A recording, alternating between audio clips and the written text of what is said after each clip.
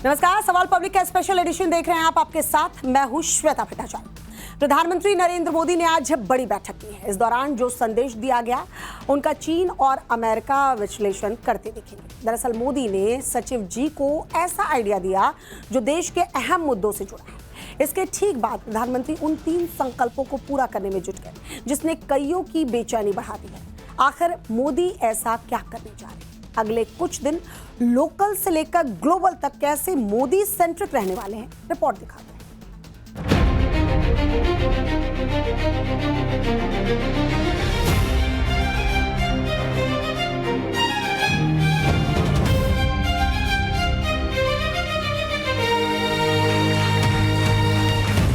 देश हित के बड़े फैसलों का ये सिलसिला और भी तेज होगा,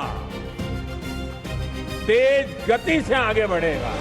आपके सपने ही मोदी का संकल्प है।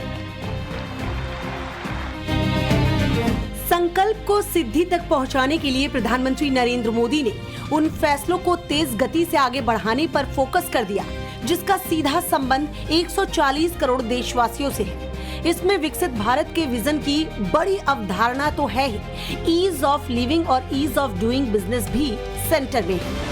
प्रधानमंत्री नरेंद्र मोदी का अगला टास्क महंगाई को कंट्रोल करना है, मॉनसून सत्र की तैयारियों का होमवर्क कंप्लीट करना है और मंत्रिमंडल में बदलाव भी उनके जहन में घूम रहा है।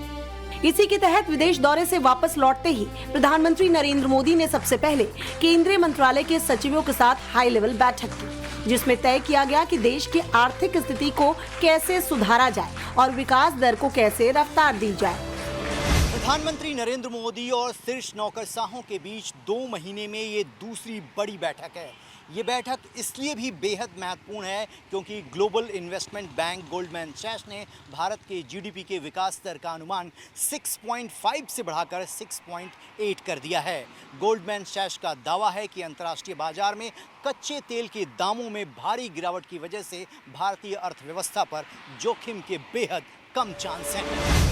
वैसे तो प्रधानमंत्री Narendra Modi high risk zone में कड़े फैसले लेने से हिचकिचाते नहीं, मगर जब बात भविष्य के हिंदुस्तान के लिए मजबूत बुनियाद रखने की है तो वहां भी उनकी दूरदर्शिता बेहद मायने रखती है। और यही मैसेज पीएम मोदी ने सचिवों की बैठक में दिया। प्रधानमंत्री नरेंद्र मोदी ने सचिवों को सलाह दी कि वो गवर्नेंस और डिलीवरी पर ज्यादा ध्यान दें। सरकारी कामकाज और लोगों से जुड़ी योजनाओं से जुड़े काम पेंडिंग ना रहें।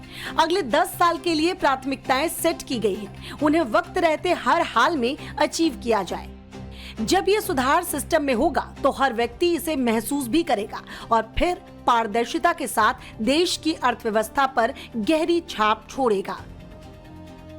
आज दुनिया देख रही है, भारत केवल भविष्य के लिए तैयार नहीं हो रहा है, भारत भविष्य को, और ये बहुत जिम्मेवारी के साथ कह रहा हूं, भारत भविष्य को आकार दे रहा है। ईरान और अमेरिका युद्ध खत्म होने के बाद वैश्विक उथल पुथल में विराम लगा तो मोदी ने उस सूत्र को साधना शुरू कर दिया जिसमें आम आदमी की दैनिक दुश्वारियों को कम किया जा सके। मतलब रोजमर्रा की चीजों से लेकर पेट्रोल और डीजल की कीमतों में कमी लाने की कोशिश। क्योंकि जो ब्रेंट क्रूड मार्च महीने में $115 प्रति बैरल से लेकर $120 प्रति बैरल तक पहुंच गया था, वो अब $73 प्रति बैरल के आसपास ट्रेड कर रहा है, यानी करीब 40% तक की गिरावट। इसी तरह अमेरिकी WTI क्रूड भी जंग के समय $110 प्रति बैरल से टूटकर $70.50 प्रति बैरल पर आ गया है। मतलब यहाँ भी 38% से ज्यादा की गिरावट। ऐसे में हर कोई ये जानना और समझना चाहता है कि जिस पेट्रोल और डीजल के दाम बीते 2 महीने के भीतर 7 रुपए से लेकर 8 रुपए हर लीटर के हिसाब से बढ़े, आखिर उसमें कमी कब आएगी? देश में एलपीजी का उत्पादन 54% बढ़ा है। मई महीने में मैन्युफैक्चरिंग सेक्टर में भी तेजी आई है। ऊर्जा उत्पादन में भी तेजी देखने को मिल रही है। इन सबके बीच अच्छी खबर है कि घरेलू डिमांड भी लगातार बढ़ती जा रही है। कयास है कि अगर रफ्तार यही रही तो आने वाले कुछ महीनों में पेट्रोल डीजल की कीमतों में बदलाव देखने को मिल सकता है। हालांकि ये सुनिश्चित किया जा रहा है कि तेल कंपनियों को घाटा भी पूरा किया जा सके। इस वक्त मोदी के कोर एजेंडे में मॉनसून सत्र है और इरादा उन बिलों को पास कराने का है जिस पर देश में जबरदस्त बहस छिड़ी है और विरोधी पार्टियां सरकार की मंशा पर सवाल उठाती आई है। सूत्रों के मुताबिक केंद्र सरकार परिसीमन बिल को इसी मॉनसून सत्र में पारित कर सकती है। महिला आरक्षण बिल भी इसी पार्लियामेंट सेशन में लाया जा सकता है। एनडीए में सहयोगी टीडीपी और आंध्र प्रदेश के मुख्यमंत्री चंद्रबाबू नायडू ने हाल ही में संकेत भी दिए हैं कि उत्तर और दक्षिण राज्यों में संतुलन साधते हुए कुछ बदलाव के साथ परिसीमन बिल पर नया दांव खेला जा सकता है। और ये संभावनाएं इसलिए भी प्रबल हैं क्योंकि टीएमसी से टूटे 20 लोकसभा सांसद और उद्धव की शिवसेना से बागी हुए 6 सांसद अब एनडीए के सपोर्ट में हैं, जबकि इंडिया ब्लॉक से अलग हुई 22 लोकसभा सांसदों वाली डीएमके को भी लाने की कोशिश की जा रही है। संसद का मानसून सत्र 20 जुलाई से प्रारंभ हो रहा है और टीम मोदी इस कैलकुलेशन में जुटी हुई है कि किसी तरीके से सदन के अंदर 2/3 बहुमत हासिल किया जाए। अगर इसके आसपास भी आंकड़ा पहुंच जाता है तो संसद सत्र के दौरान बड़ा खेल हो सकता है, क्योंकि पिछली बार भी महत्वपूर्ण बिलों पर वोटिंग के दौरान विपक्ष के 12 सांसद गैर हाजिर थे।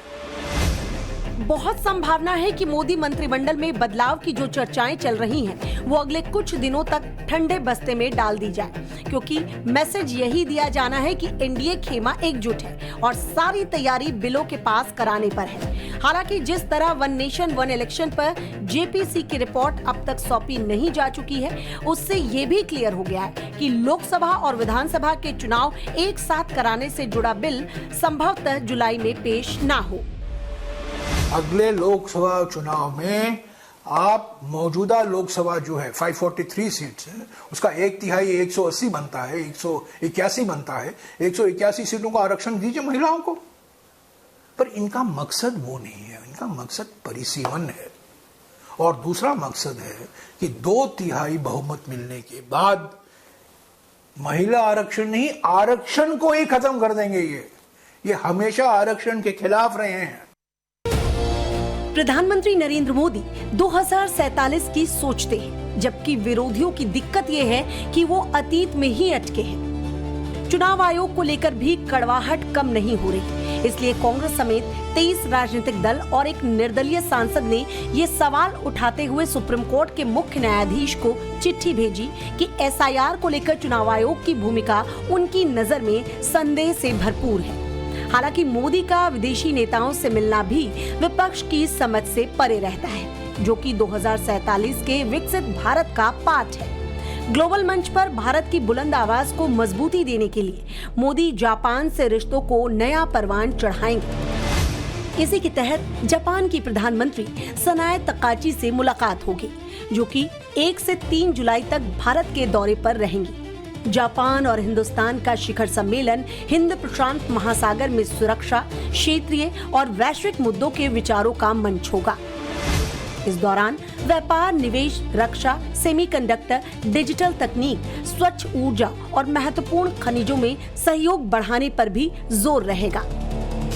पहली बार भारत आ रही तकाईची से उम्मीद है कि वो चीन की आक्रामकता से निपटने का फॉर्मूला भी साझा करेंगे। इसके बाद प्रधानमंत्री नरेंद्र मोदी 3 देशों के दौरे पर रवाना होंगे, जहां ट्रेड एग्रीमेंट को लेकर नई संभावनाएं तलाशी जाएंगी। आज भारत दुनिया के साथ नए ट्रेड एग्रीमेंट्स कर रहा है।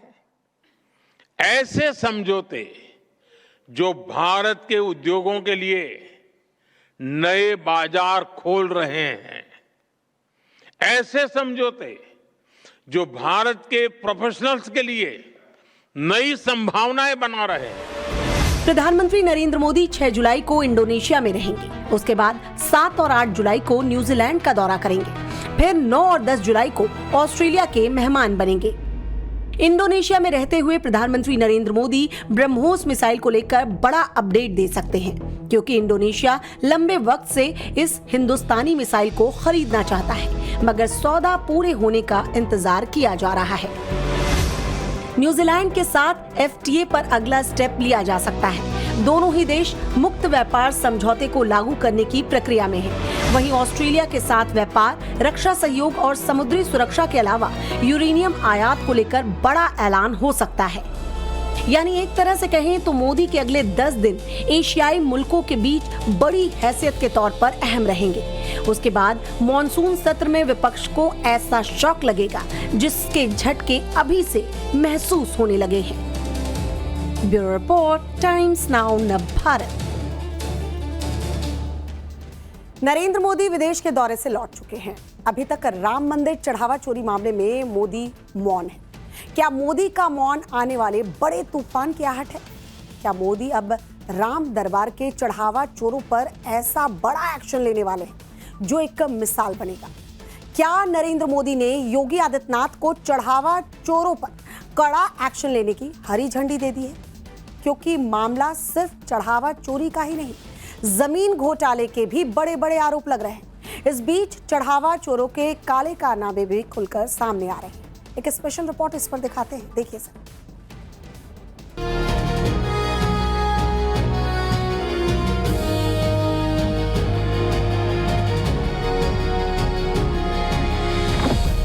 क्या विदेश से लौटे प्रधानमंत्री नरेंद्र मोदी अब बड़ा एक्शन लेने वाले हैं? राम मंदिर चढ़ावा चोरी मामले में क्या चंपत राय पर एक्शन की तैयारी है? क्या चंपत राय, बंसल, अनिल मिश्रा और गोपाल राव से फिर पूछताछ होगी?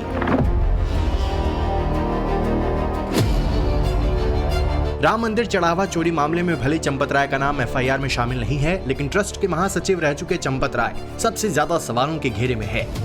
सूत्रों के मुताबिक पुलिस ने चंपत राय से 3 घंटे तक पूछताछ की और उनका बयान दर्ज किया। पुलिस ने चंपत राय से प्रशासनिक निर्णयों, चढ़ावा प्रबंधन, कर्मचारियों की जवाबदेही और शिकायतों के निस्तारण पर सवाल पूछे। पुलिस उनके बयान का मिलान बाकी गवाहों और उपलब्ध दस्तावेज से किया जाएगा। लेकिन पूछताछ में चंपत राय कई सवालों के जवाब नहीं दे पाए। ऐसे में जरूरत पड़ने पर उनसे फिर पूछताछ हो सकती है। सूत्रों के मुताबिक चंपत राय ने चढ़ावा चोरी में अपनी भूमिका नहीं होने की बात कही। हालांकि चंपत राय ने स्वीकार किया कि कोई हेराफेरी न हो, इसकी जिम्मेदारी उनकी थी। टिन्नू यादव के सवाल पर चंपत राय ने कहा कि वो काफी पहले से जुड़ा था, उसने जो किया गलत किया। चंपत राय ने पूछताछ के दौरान अनिल मिश्रा और गोपाल राव का भी जिक्र किया। पुलिस ने अनिल मिश्रा और गोपाल राव से भी पूछताछ की है। इनके अलावा 70 से 80 लोगों को नोटिस जारी कर जांच में शामिल होने के लिए कहा है। पुलिस लगभग 140 लोगों से पूछताछ की तैयारी कर रही है। इसके अलावा आरोपियों के मोबाइल फोन को फॉरेंसिक साइंस लैब भेजा जाएगा, जहां डिलीट किए गए डेटा और चैट्स को रिकवर करने की कोशिश की जाएगी। इतना ही नहीं, पुलिस ने जांच का दायरा बढ़ा दिया है। पुलिस अब दान काउंटर पर रसीद लेकर लोगों के चढ़ाए दान की जांच कर रही है। पुलिस मिलान कर रही है कि लिखित में कितना चढ़ावा आया और बैंक में कितना जमा किया गया। ट्रस्ट की लिखित में दान की आमद और बैंक में जमा की राशि में कोई अंतर तो नहीं, इसे भी देखा जा रहा है। राम मंदिर चढ़ावा चोरी पर सवाल तो हैं ही, जांच भी हो रही है, लेकिन अब जमीन घोटाले के भी आरोप लग रहे हैं। आरोप लगाने वालों के निशाने पर चंपत राय ही हैं। अब किसने नए आरोप लगाए वो भी आपको आगे बताएंगे, लेकिन उससे पहले ये जान लीजिए कि राम मंदिर चढ़ावा चोरी पर ओवैसी कैसे हिंदू मुसलमान की राजनीति कर तंज कस रहे हैं। ओवैसी का फॉर्मूला है कि अगर ट्रस्ट में मुस्लिम को रखा होता तो आज उसे बलि का बकरा बना दिया जाता और केस क्लोज्ड हो जाता। अगर ट्रस्ट में गलती हो गई, उस ट्रस्ट में एक मुसलमान को तुम मेंबर बना लेते और बाद में जब ये घोटाला सामने आया तुम उस मुसलमान को ले जाकर एनकाउंटर कर देते, बुलडोजर से उसका घर तोड़ देते, केस क्लोज्ड। चंपक तो मजे में है, चंपक अभी पूरे चंपक मजे में है। आप बताइए क्या हो रहा है, क्या हो रहा है बताइए आप। इस बीच चंपत राय पर दान चोरी के साथ साथ जमीन के गबन का आरोप भी लग रहा है। आम आदमी पार्टी के राज्यसभा सांसद संजय सिंह पहले ही आरोप लगा चुके हैं। संजय सिंह एसआईटी को दस्तावेज भी सौंप चुके हैं। अब रामलला मंदिर के पास ही राम निवास रामकोट मंदिर के पंच प्रमुख हरिशंकर सफरीवाला पंचायती मंदिर और उसमें रखी मूर्तियां और सोने चांदी के आभूषण को लेकर गंभीर आरोप लगा रहे हैं। आप खुद सुनिए। इन्होंने क्या किया कि हमारे उस पुजारी और महंत को मिलाया और उससे कहा कि इसको हमारे हवाले कर दो, हम ये बनाएंगे वो बनाएंगे। और मेरे पास दस्तावेज है कि 5 करोड़ 80 लाख में एक उन्होंने कागज तैयार कराया, उसका नाम रखा बयाना नामा बिला कब्जा। और जो हमने महंत बनाया था, ये कागज है मेरे पास, जब महंत बनाया तो इसमें साफ साफ लिखा है कि उनको कोई अधिकार नहीं है बेचने का, खरीदने का, ये तो कमेटी कुछ कर सकती है। जब हमने निरीक्षण किया तो मंदिर में हमारी जो राम दरबार की मूर्तियां, उनके ऊपर बेशकीमती गहने, सिंहासन, हमारा एक पलंग, राम जी शैया रात को सोते हैं पलंग, वो पीतल का पलंग था, उस पर सोने की पत्र चढ़ी थी। इस प्रकार बर्तन सोने चांदी के जो हमेशा मंदिरों में होते हैं पुराने, वो सारे के सारे ये उठा। तो हमने कहा ये क्या हुआ? कहीं यहाँ चोरी चला जाता है, वो हमारे तीर्थ क्षेत्र में जमा है। तो हमने कहा हमें रसीद दीजिए। तो हाँ, रसीद तो हम दे ही सकते हैं। हमको महीने 2 महीने रसीद लिए दौड़ाया। अंत में एक दिन उनके सब गुंडे खड़े थे, ए भाई इनको भगाओ, रोज हमारा परेशान किए हैं। हरिशंकर सफरीवाला का आरोप है कि उन्हें आज तक वो रसीद नहीं मिली। उन्होंने पुलिस में भी शिकायत की, लेकिन कोई समाधान नहीं हुआ और अब मंदिर में दर्शन के बाद उन्हें वहां से भगा दिया जाता है। ऐसा ही आरोप चढ़ावा चोरी को लेकर सबसे पहले सवाल उठाने वाले समाजवादी पार्टी के पूर्व विधायक पवन पांडे भी लगा रहे हैं। पवन पांडे ने चंपत राय पर जमीन घोटाले का बड़ा आरोप लगाया है। 1-1, 2-2 करोड़ की जमीन को आप 30 करोड़, 35 करोड़, 45 करोड़ में ले रहे हैं। क्या आपने ट्रस्ट के लोगों की कोई मीटिंग की?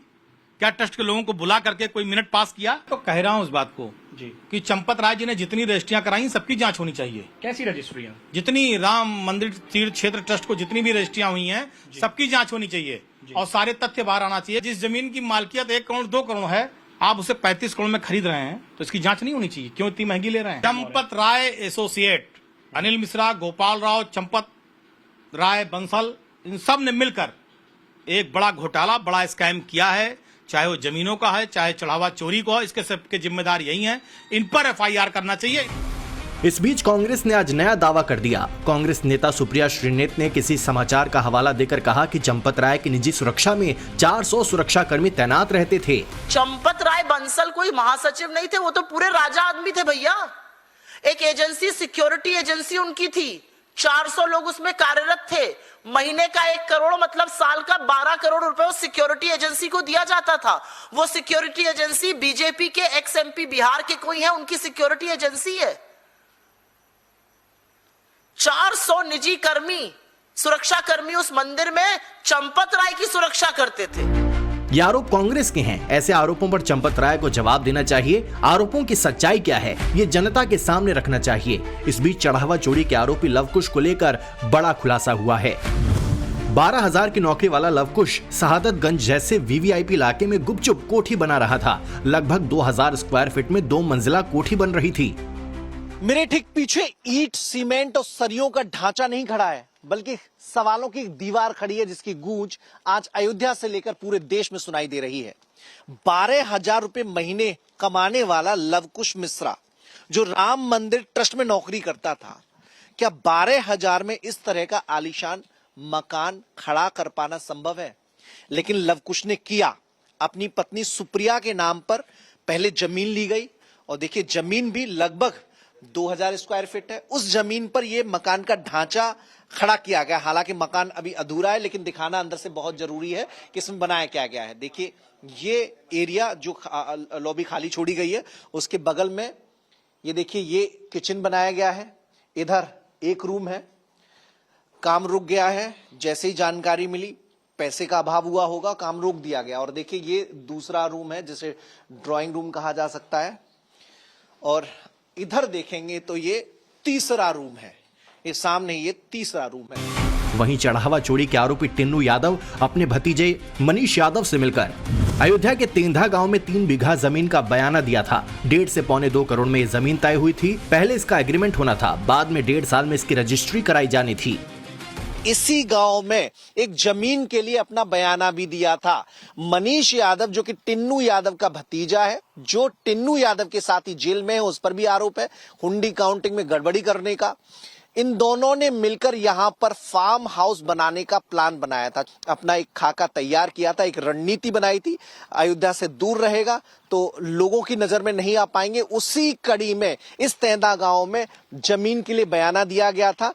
करीब 3 बीघा जमीन पहले दौर में खरीद रहे थे, जिसकी कीमत 1.5 से पौने 2 करोड़ बताई गई है। पौने 2 करोड़ में ये डील तय हुई थी। हालांकि एग्रीमेंट होने के बाद रजिस्ट्री होनी थी, जो अभी तक नहीं हो पाई और उससे पहले ही पूरा विवाद सामने आ गया। एक तरफ चढ़ावा चोरों के कारनामे एक एक करके बाहर आ रही हैं, दूसरी तरफ पूरे मामले में सियासत हो रही है। आज अयोध्या पहुंचे यूपी कांग्रेस अध्यक्ष अजय राय और उनके डेलीगेशन के साथियों को प्रशासन ने हाउस अरेस्ट कर लिया। विरोध में कांग्रेस नेताओं ने प्रदर्शन किया। अपने नेताओं की नजरबंदी से आक्रामक हुई कांग्रेस ने इसे चंदा चोरी को छिपाने की साजिश बता दिया। बीजेपी विरोधी तमाम पार्टियों ने सवाल उठाए, बीजेपी और प्रधानमंत्री तक को कटघरे में खड़ा कर दिया। तो वहीं रामपुर दौरे पर सीएम योगी आदित्यनाथ ने कांग्रेस और समाजवादी पार्टी पर पलटवार किया। कांग्रेस जो 2017 के पहले राम के अस्तित्व को ही नकार चुकी थी, श्री कृष्ण के अस्तित्व को ही नकार चुकी थी, आज वो भी कहती है कि राम तो सबके हैं। अब ये लोग सब मचल रहे हैं अयोध्या जाने के लिए, लेकिन प्रभु राम तो जग नियंता हैं, इस ब्रह्मांड के स्वामी हैं। वे भी जानते हैं सही कौन है और बुरा कौन है। आज राम की भक्ति की वकालत कौन कर रहा है? आज भगवान राम की भक्ति की दुहाई कौन दे रहा है? 2017 के पहले जो जय श्री राम बोलने पर लाठी मारते थे, 2017 के पहले जब उत्तर प्रदेश में राम भक्त कहता था कि राम लला हम आएंगे, मंदिर वहीं बनाएंगे, और राम भक्तों पर जो समय गोली चलाते थे, आज वे आस्था की वकालत करते हुए दिखाई देते हैं।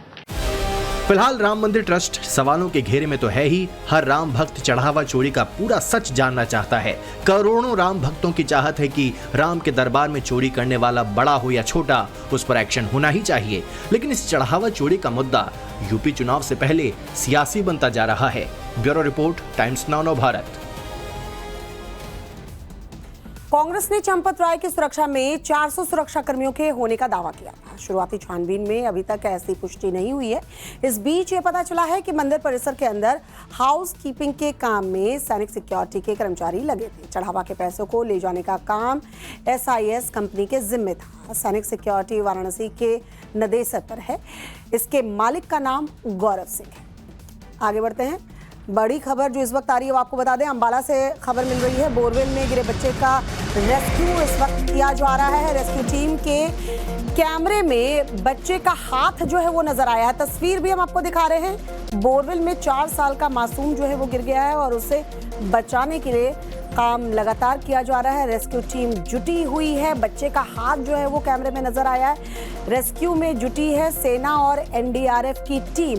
बोरवेल में लीकेज से रेस्क्यू में बताया जा रहा है कि परेशानी आ रही है। खेलते खेलते 4 साल का मासूम जो है वो खुले बोरवेल में जा गिरा था। बच्चे को किसी भी वक्त बताया जा रहा है बाहर निकाला जा सकता है। मनोज हमारे सहयोगी इस वक्त हमारे साथ लाइव जुड़ चुके हैं। मनोज, इस वक्त स्थिति क्या है? बताया जा रहा है किसी भी वक्त बच्चे को बाहर निकाला जा सकता है। जी बिल्कुल, यहाँ पर तैयारी पूरी है और हलचल हो रही है। लगातार अनाउंसमेंट भी प्रशासन की तरफ से किया जा रहा है। लोगों को कहा जा रहा है कि वो एक तरफ हो जाएं, बच्चे को कभी भी पुल किया जा सकता है। यहाँ पर आप देखिए लेफ्ट साइड में जो एम्बुलेंस है वो यहाँ पर बिल्कुल स्टैंड बाय रखी गई है। एम्बुलेंस में डॉक्टर और तमाम जो मेडिकल सुविधाएं हैं वो यहाँ पर तैयार हैं। और सामने आप देखिए जहाँ पर रेस्क्यू ऑपरेशन चल रहा है वहाँ पर सेना के और NDRF के अधिकारी हैं। और जो जानकारी मिल रही है कि बच्चा जो पहले 220 फीट पर था उसको काफी ऊपर तक खींच लिया गया है। करीब 130 फीट तक बच्चा आ चुका है।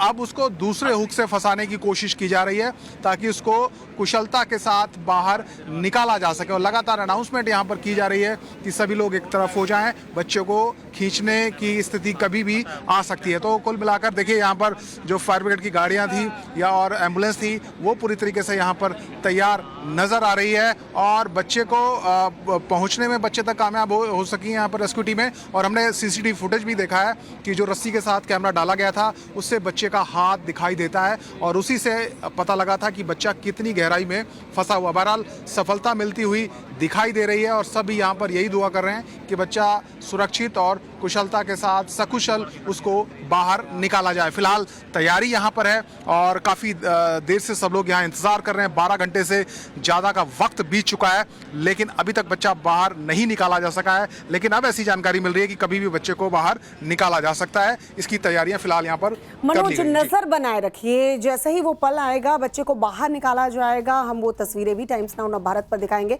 फिलहाल आपका बहुत बहुत शुक्रिया। और चलिए आगे बढ़ते हैं, बात करेंगे पवित्र अमरनाथ यात्रा की, जिसकी शुरुआत होने में अब कुछ ही दिन बाकी है। 3 जुलाई से श्रद्धालु बाबा बर्फानी के दर्शन कर सकेंगे, लेकिन उससे पहले पूरे जम्मू कश्मीर में सुरक्षा व्यवस्था चाक चौबंद कर दी गई है।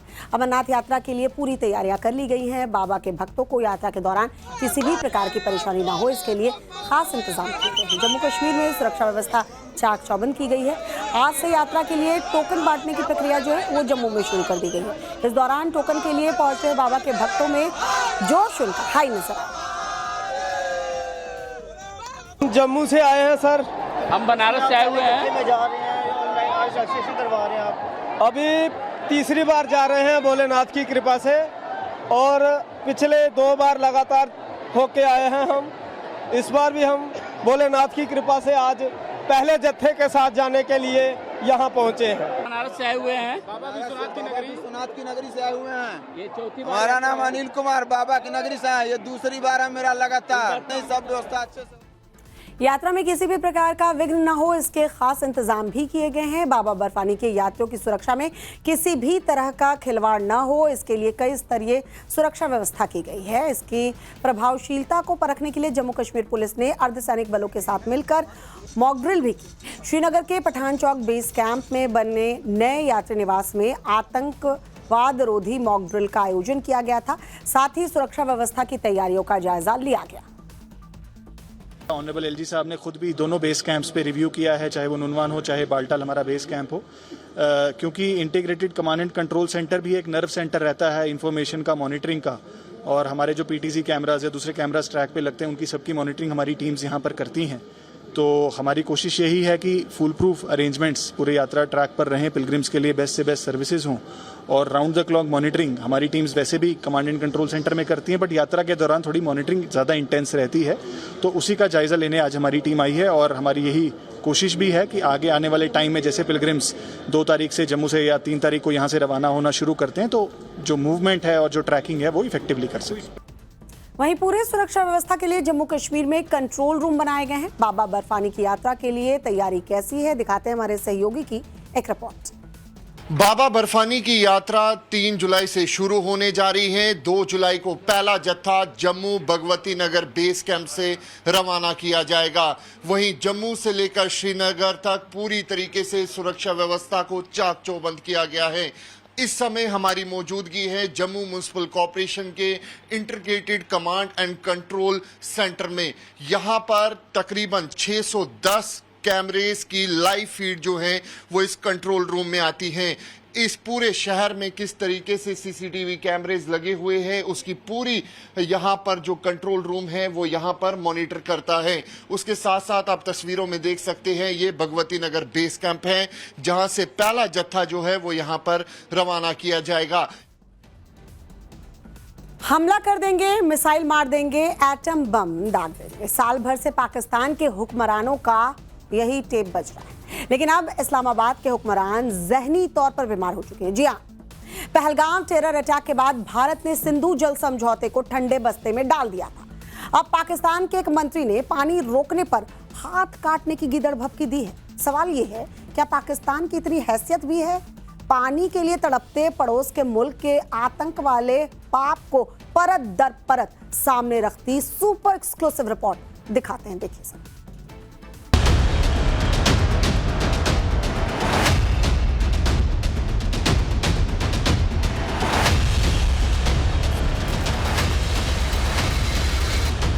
पानी के लिए पल पल प्यास से मरते आतंकी मुल्क पाकिस्तान से कीदड़ भभकी की लेटेस्ट किश्त है।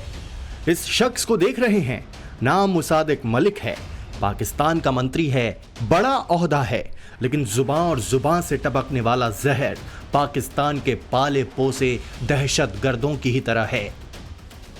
ये मूंग और मसूर की दाल पाकिस्तान के फर्जी हुक्मरानों पर यह कहावत सटीक बैठती है। वैसे मुसादिक मलिक ही नहीं, पूरा पाकिस्तान बिन पानी बिलबिलाया हुआ है। मलिक से पहले पाकिस्तान के रक्षा मंत्री ख्वाजा आसिफ भी जंग की गीदड़ भभकी दे चुका है। जंग के मैदान में हर बार मार खाता है, लेकिन जिन्ना का मुल्क बाज नहीं आता है। वैसे शरीफ खानदान हो या मुनीर के प्यादे हों, ऐसी गीदड़ भभकियां देते रहते हैं। लेकिन सिंधु जल समझौता रद्द होने के बाद पड़ोस के आतंकी मुल्क की हालत ये हो चुकी है कि पाकिस्तानी सीवर का पानी जमा कर रहे हैं। यकीन न हो तो खुद देख लीजिए। सोशल मीडिया पर वायरल ये वीडियो कराची के लियारी इलाके का बताया जा रहा है। वैसे लियारी ही नहीं, कराची का कोना कोना पानी के लिए तरस रहा है। ये जिन्ना के आतंकी मुल्क की करतूतों का नतीजा है, जिससे पाकिस्तान प्यासा मरने को मजबूर हो चुका है। और ये तो सिर्फ ट्रेलर है। आने वाले वक्त में पाकिस्तान पानी खोजते खोजते पाताल में समा जाएगा, क्योंकि सरकार फैसला कर चुकी है कि भारत के हिस्से का एक बूंद पानी भी पाकिस्तान नहीं जाने दिया जाएगा।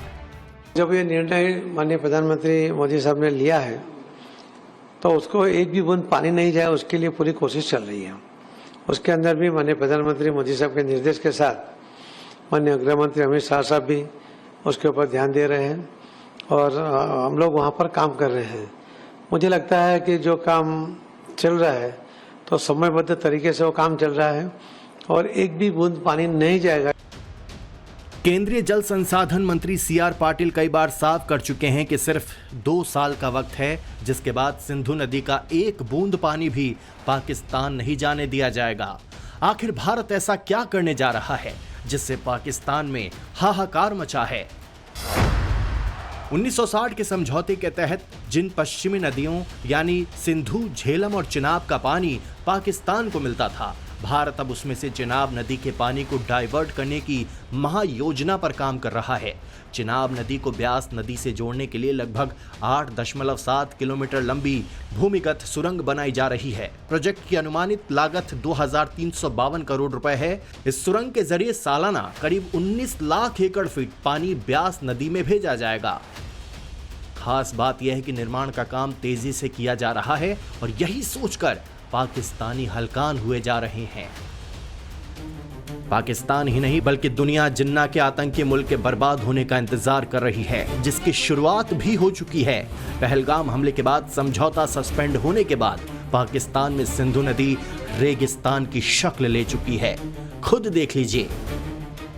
जिस तरह जिन्ना के मुल्क की करतूतें हैं, उससे एक न एक दिन पाकिस्तान का ऐसा हश्र होना ही था। लेकिन जिस संधि के सहारे पाकिस्तान मुगालते में रहता था, जो 7.5 दशक में नहीं हो पाया, वो कैसे प्रधानमंत्री मोदी के एक फैसले से हो गया, ये भी जान लीजिए।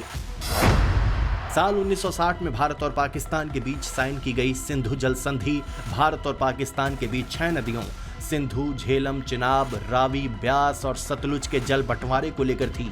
इन नदियों में से पूर्वी नदियों रावी, ब्यास और सतलुज का पानी भारत के हिस्से में आया है, जबकि पश्चिमी नदियों सिंधु, झेलम और चिनाब के पानी का ज्यादातर हिस्सा पाकिस्तान को मिला। ये डील सिर्फ और सिर्फ पाकिस्तान की सुविधा को ध्यान में रखते हुए की गई थी।